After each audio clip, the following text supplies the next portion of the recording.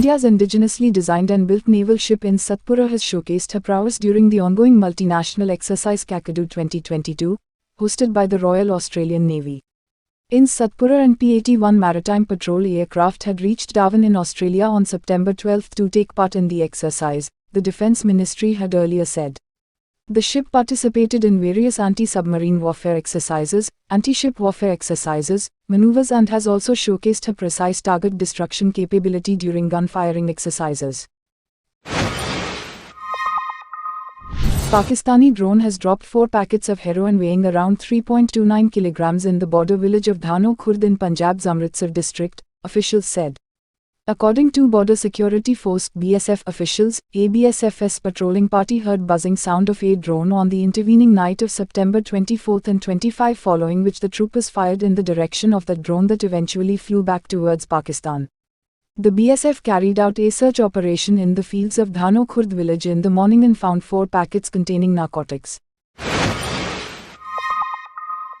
Private sector companies that took the lead in developing micro to small turbojet engines in the last few years might be rewarded for their initiative, as the Ministry of Defence is now considering procuring engines that can be used in a wide variety of aerial vehicles, target drones, cruise missiles, aerial targets, unmanned aerial vehicles, and other unmanned systems.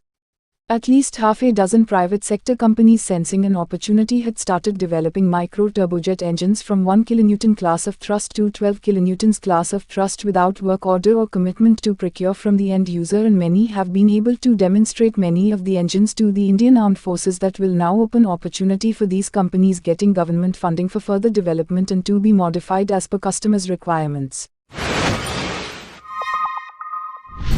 Defense exports grew by 334% in the last 5 years, India now exporting to over 75 countries due to collaborative efforts.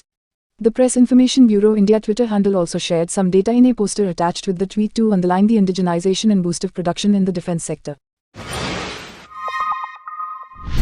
The dry Kaveri engine core is now being made stable due to critical breakthroughs in key technologies over the years, leading to successful certification of the engine that might be completed by 2026.